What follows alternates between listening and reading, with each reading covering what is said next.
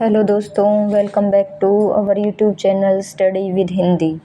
मैं आज आपके लिए लेकर आई हूँ कुछ महत्वपूर्ण प्रश्न जो आपके लिए बहुत ही इम्पोर्टेंट होने वाले हैं। तो चलिए शुरू करते हैं हम अपनी क्लास। तो सबसे पहले, राजा लक्ष्मण सिंह हिंदी के पक्षधर थे। हमें बताना है कि राजा लक्ष्मण सिंह किस तरह की हिंदी के पक्षधर थे। वे उर्दू मिश्रित हिंदी के पक्षधर थे, संस्कृतनिष्ठ हिंदी के पक्षधर थे, हिंदुस्तानी के थे या ब्रजभाषा के थे। तो राजा लक्ष्मण सिंह संस्कृतनिष्ठ हिंदी के पक्षधर थे। तो हमारा जो राइट आंसर होगा वो होगा ऑप्शन नंबर 2।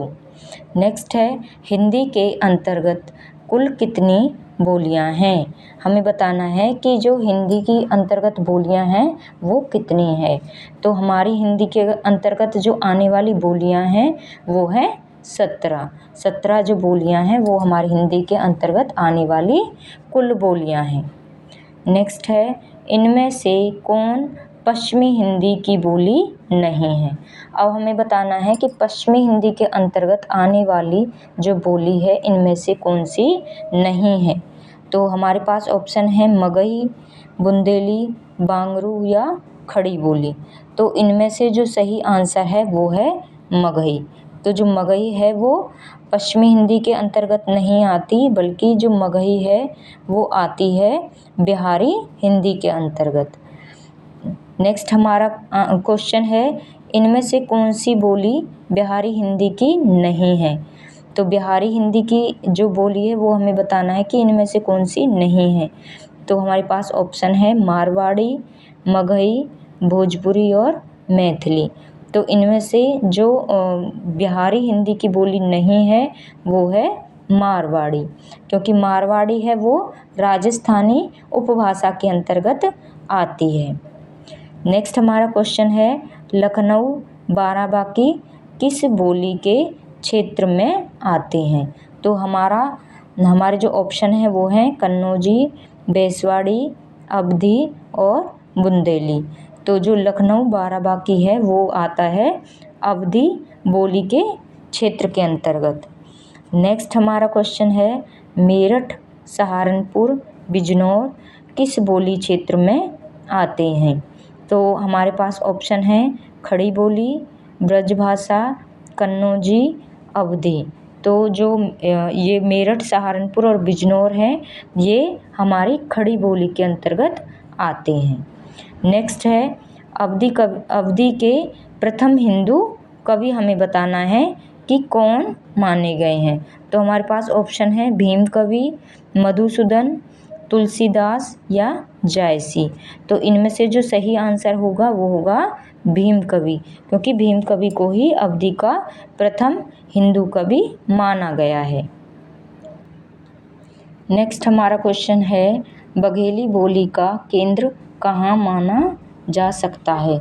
तो हमारे पास ऑप्शन है रीवा, भोपाल, रायपुर, इंदौर।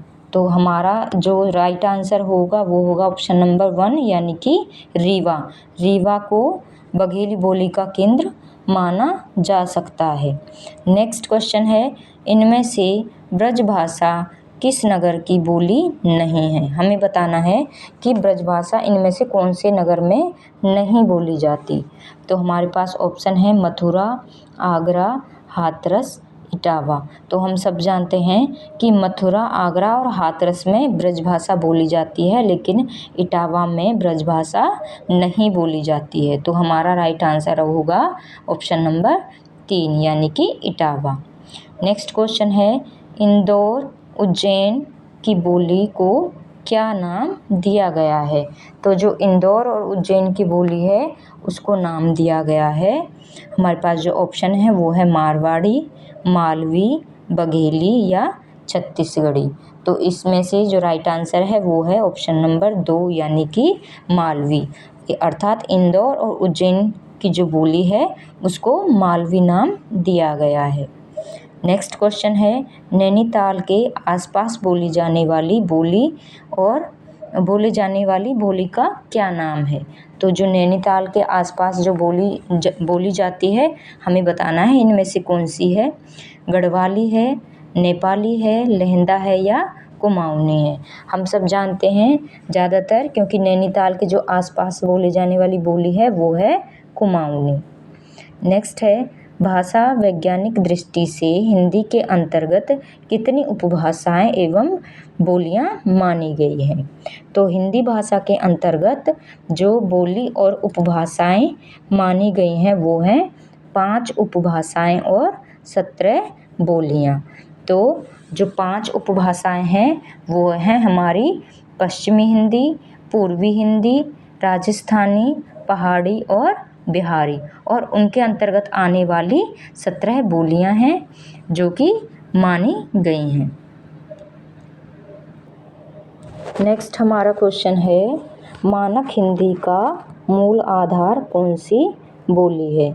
तो मानक हिंदी का मूल आधार कौन सी बोली है। हमारे पास ऑप्शन है ब्रजभाषा, खड़ी बोली, उर्दू या हिंदुस्तानी। तो जो इनमें से सही आंसर होगा वो होगा खड़ी बोली, क्योंकि खड़ी बोली को ही मानक हिंदी का मूल आधार माना गया है। नेक्स्ट क्वेश्चन है, कोरवी का अन्य नाम क्या है।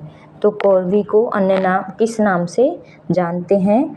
हमारे पास ऑप्शन है हरियाणवी, ब्रजभाषा, बुंदेली और खड़ी बोली। तो कोरवी का जो एक अन्य नाम है वो है खड़ी बोली।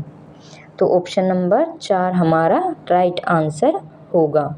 नेक्स्ट है, ढूंढानी बोली का दूसरा नाम जो अधिक प्रचलित है क्या है।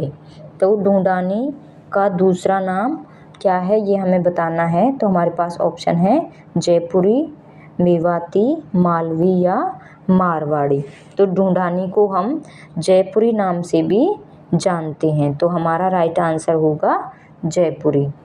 नेक्स्ट है, ब्रजभाषा कहाँ बोली जाती है। तो हमारे पास ऑप्शन है इलाहाबाद, ओरछा एवं झांसी, मथुरा, वृंदावन और बनारस। तो इसको तो सभी भली भांति जानते हैं कि जो ब्रजभाषा है वो मथुरा वृंदावन में बोली जाने वाली बोली है। नेक्स्ट है, फर्रुखाबाद में बोली जाने वाली बोली का नाम इनमें से क्या है। तो हमारे पास ऑप्शन है ब्रजभाषा, अवधी, बुंदेली या कन्नौजी। तो इनमें से जो सही आंसर होगा वो होगा कन्नौजी, क्योंकि कन्नौजी फर्रुखाबाद में बोले जाने वाली बोली है। नेक्स्ट हमारा क्वेश्चन है, कौन सा क्षेत्र छत्तीसगढ़ी बोली का नहीं है। तो हमारे पास जो ऑप्शन है वो हैं बिलासपुर, नंदगांव, कांकेर या ललितपुर।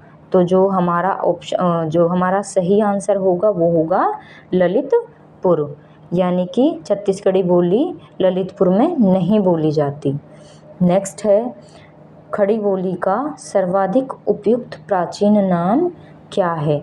तो हमें बताना है इनमें से कि खड़ी बोली का प्राचीन नाम क्या है। वो है हमारे पास ऑप्शन रेखता, हिंदवी, कौरवी, दहलवी।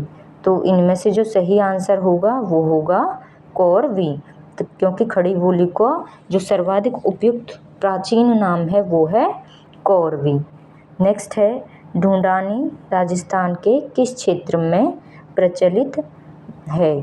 तो हमारे पास जो ऑप्शन है वो है कोटा, बूंदी, अलवर, भरतपुर, जयपुर, सवाई माधोपुर, जोधपुर या बीकानेर। तो जो सही आंसर होगा वो होगा ऑप्शन नंबर 3, यानी कि जयपुर, सवाई माधोपुर। इनमें ढूंढानी जो राजस्थान की बोली है वो प्रचलित है। अब हमें बताना है पश्चिम से पूर्व की ओर जाते समय भाषाओं का क्रम क्या है। तो हमारे पास ऑप्शन है पंजाबी, कौरवी, अवधी या भोजपुरी, या भोजपुरी, अवधी, कौरवी, पंजाबी, कौरवी, पंजाबी, अवधी, भोजपुरी, कौरवी, भोजपुरी, अवधी या पंजाबी। तो हम सभी जानते हैं कि जब हम पश्चिम से पूर्व की तरफ जाएंगे तो सबसे पहले पंजाबी पड़ेगी, फिर कोरवी भाषा का क्षेत्र आएगा, फिर अवधी का और फिर भोजपुरी का। तो राइट आंसर होगा ऑप्शन नंबर ए। तो दोस्तों मुझे लगता है कि यह वीडियो आपके लिए बहुत ही हेल्पफुल होने वाली है। आज हमने बोलियां और उनके जो क्षेत्र थे वो पढ़े हैं। तो दोस्तों वीडियो पसंद आई हो तो वीडियो को लाइक कीजिए, चैनल को सब्सक्राइब कीजिए और कमेंट भी कीजिए। थैंक यू दोस्तों।